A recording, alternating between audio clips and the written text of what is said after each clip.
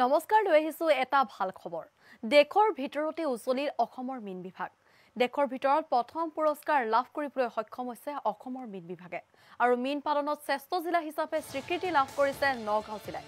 আমি এই মুহূৰ্তত জনাই আছো এটা ভাল খবৰ দেশৰ ভিতৰতে উজলিছে অসমৰ মীন বিভাগ আৰু দেশৰ ভিতৰত প্ৰথম পুৰস্কাৰ লাভ কৰিবলৈ সক্ষম হৈছে অসমৰ মীন বিভাগে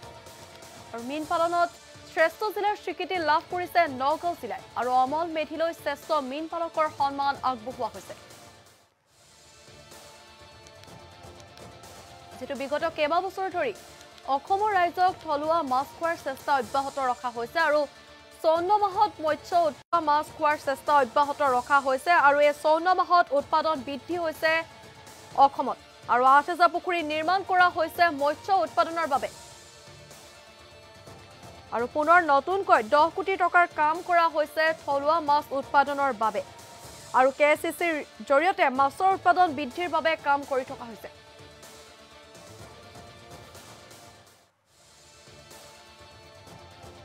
আৰু গাঁৱৰ মীন পালকসকলে চহৰৰ বজাৰলৈ আনিবলৈ 500খন মটৰচাইকেল 10খন ৰেফ্ৰিজাৰেটৰ ভেন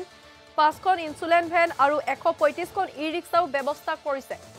আৰু এয়া মীন বিভাগে কৰিছে ব্যৱস্থা আৰু ৰাইজে যদি বিচাৰে তেন্তে ফিছ ফেড অনলাইন কৰা হ'ব আৰু তেতিয়া ঘৰতে মাছ পাব লোকসকলে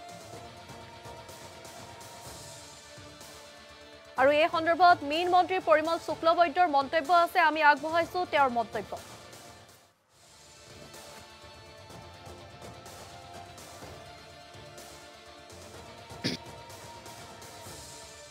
আমাৰ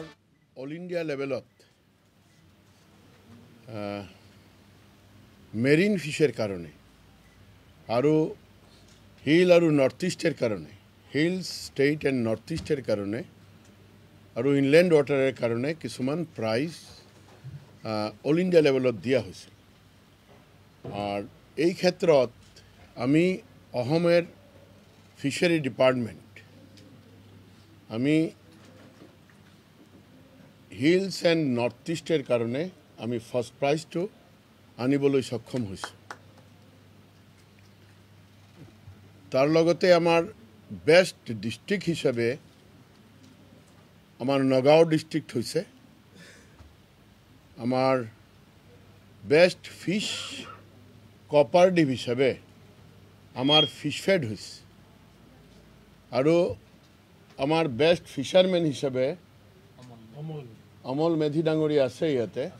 আছে অমল মেধি ডাঙৰী আছে তেও প্ৰথম হৈছে তো এই চাৰিটা আমি এৱাৰ্ড আনিবলৈ ঈশ্বৰৰ কৃপাত আমি সক্ষম হৈছো যত সৰকাৰ যাব পাৰা নাছিল ইয়াতে আমাৰ পাৰ হেক্টৰ প্ৰডাকশন আছিল আগতে 2.5 টন আছিল কিন্তু আমি এই 4.5 বছর আমি নিজে চেষ্টা কৰি ডিপাৰ্টমেন্টেৰ আমাৰ যিসকল বিষয়ববী আছে তেওঁলোকে একেবাৰে ফাৰ্মাৰেৰ লগতে গৈ লগ কৰি আমি এতিয়া প্রডাকশনটো বঢ়ালো লোকেল প্রডাকশন 4 টন লৈকে হৈছে পার হেক্টর আমি দেখিছো যে আমার ইয়াতে বহুতখিনি জান জুৰি খালবিল আছে ইবিলাকো আমি কেনেকুৱা ডেভেলপ কৰিব পাৰো তাৰ কাৰণে আমি কাম কৰিছো আৰু আপোনালোকে শুনিলে ভাল পাব যে আমাৰ এই 4.5 বছৰৰ ভিতৰত আজিৰ দিনত 12,500 পুখুৰী এটো ইন্ডিভিজুৱেল আৰু কমিউনিটি ট্যাঙ্ক লৈ আমাৰ কাম চলি আছে 12,500 পুখুৰীৰ ভিতৰত ইন এণ্ড এৰাউণ্ড দুটা চাৰিটা কম বেছি হ'ব পাৰে প্ৰায় 8,000 পুখুৰী নিৰ্মাণ হৈছে আৰু এই 8,000 পুখুৰীৰ ভিতৰত এতিয়ালৈকে গোটেইখিনিয়ে প্ৰডাকশন দিব পৰা নাই কাৰণ কিছুমান লাষ্ট ইয়াৰ কমপ্লিট হৈছে কিছুমান এবাৰ কমপ্লিট হ'বলৈ গৈ আছে কিন্তু যিমানখিনি আমাৰ ইয়াতে পুখুৰীয়ে আৰু আমাৰ যেটো আগৰ যি ব্যৱস্থা আছিল গোটেইখিনি মিলি যিমানখিনি আমাক দিলে আজিৰ দিনত মই ক'ব পাৰো যে আমি স্বয়ংসম্পূৰ্ণ হৈছো যে আমাৰ এতিয়া প্ৰডাকশনটো হল আজিৰ দিনত 3.73 লাখ মেট্ৰিক টন আমাৰ লোকেল প্ৰডাকশন মই ভাবো যে এই বছৰ আমাৰ এতিয়ালৈকে আমাৰ নতুন পুখুৰীবিলাকৰ টোটেল প্ৰডাকশ্যন আহি পোৱা নাই কাৰণ কিছুমান বাকী আছে এইটো এই ড্ৰাই ছিজনত শেষ হ'ব এই বছৰ আমি 4 লাখ মেট্ৰিক টন আমি ক্ৰছ কৰি যাম এইটো আমাৰ এটা মনত হেৰি আছে এতিয়া 3.73 লাখ মেট্ৰিক টন এইটো আমাৰ যেটো আমি ব্যৱহাৰ কৰোঁ মাছটো ঠিক তেনেকুৱা 15-16 আমি যেতিয়া দায়িত্ব লৈছিলোঁ তেতিয়া আমাৰ 5,678 বিলিয়ন ফ্ৰী সিড ফ্ৰাই আছে যেটো দি আমি মাছ উৎপাদন কৰোঁ আজিৰ দিনত আমাৰ 19-20ত এইটো 9,519 9,519 ইয়াতে ইনক্ৰিজ হৈছে 68% কাৰণ আমি যদি ফিশ সিড ফ্ৰাইটো যদি আমি উৎপন্ন কৰিব নোৱাৰোঁ তেনেহ'লে আমাৰ প্ৰডাকশ্যন আমি বঢ়াব নোৱাৰোঁ 15-16ত আমাৰ আছিল 2.94 লাখ মেট্ৰিক টন আৰু আজিৰ দিনত হ'ল 3.73 লাখ মেট্ৰিক টন ইয়াতো 27% আমাৰ বাঢ়িলে আমি লোকেল যি মাছবিলাক আছে লোকেল মাছেৰ ভিতৰতে আপোনালোকেও জানে যে আমাৰ মাগুৰ মাছ আছে মাগুৰ মাছত এটা দিন আছিল যে মাগুৰ মাছত আমাৰ এনেকুৱা স্থিতি আছিল যে আমি ইয়াতে আমি পোনা উৎপাদন কৰিব নোৱাৰোঁ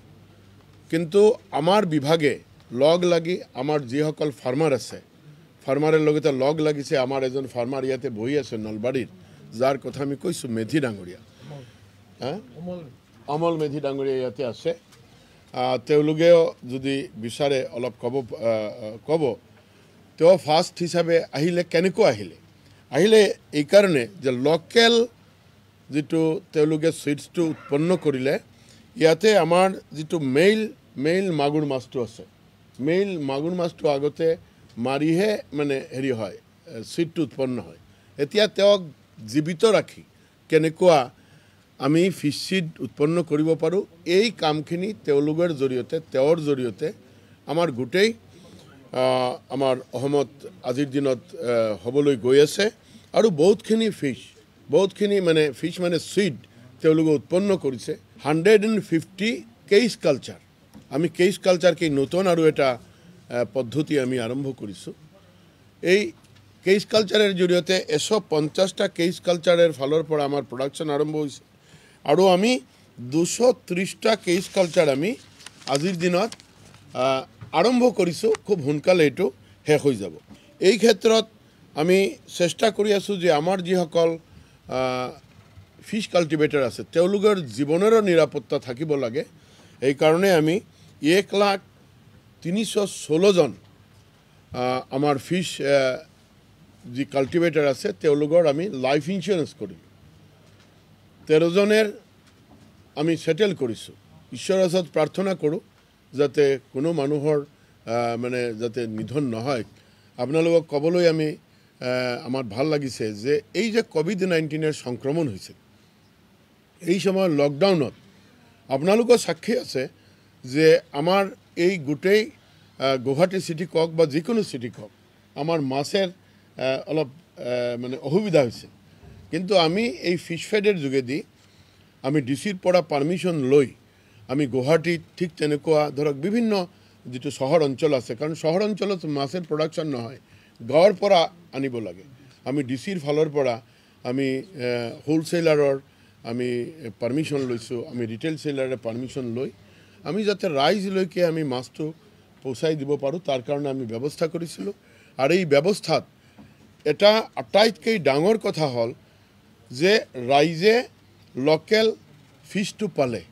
আৰু লগতে আমাৰ যিসকল ফাৰ্মাৰ আছে গোটেই সময়ত ফাৰ্মাৰে কিবা লকডাউনৰ কাৰণে বহুত অসুবিধা আছিল বেংক বন্ধ কিবা বন্ধ তেওঁলোকে যাব নোৱাৰে পইচা নাই এইবিলাক কথা আছিল কিন্তু আমাৰ ফিছ ফাৰ্মাৰ সকলৰ কিবা অসুবিধা নাছিল কিয় নাছিল ফিছ উঠাব পাৰিছে আৰু আমাৰ বিভাগৰ জৰিয়তে সেল কৰিব পাৰিছে ফিশ ফেডে এই কামখিনি আমাৰ গুৱাহাটীত আৰম্ভ কৰিলে বা বিভিন্ন চহৰত আৰম্ভ কৰিলে বাকি ঠাইত আমাৰ ডিএফডি নিজে গৈ যাতে পাৰমিশন লৈ যাতে বজাৰত আনিব পাৰে তাৰ কাৰণে প্ৰয়াস কৰিলে আমি দেখিলোঁ যে এই লকডাউন পিৰিয়ডত আমাৰ হাতত যি তথ্য আছে এই তথ্য মতে প্ৰায় 185 কোটি টকা আমি মাছ বিক্ৰী কৰিবলৈ সক্ষম হৈছিলোঁ এই লকডাউন পিৰিয়ডত কোভিড-19 টাইমত আমাৰ চাক আজিৰ দিনত 3.73 লাখ আমাৰ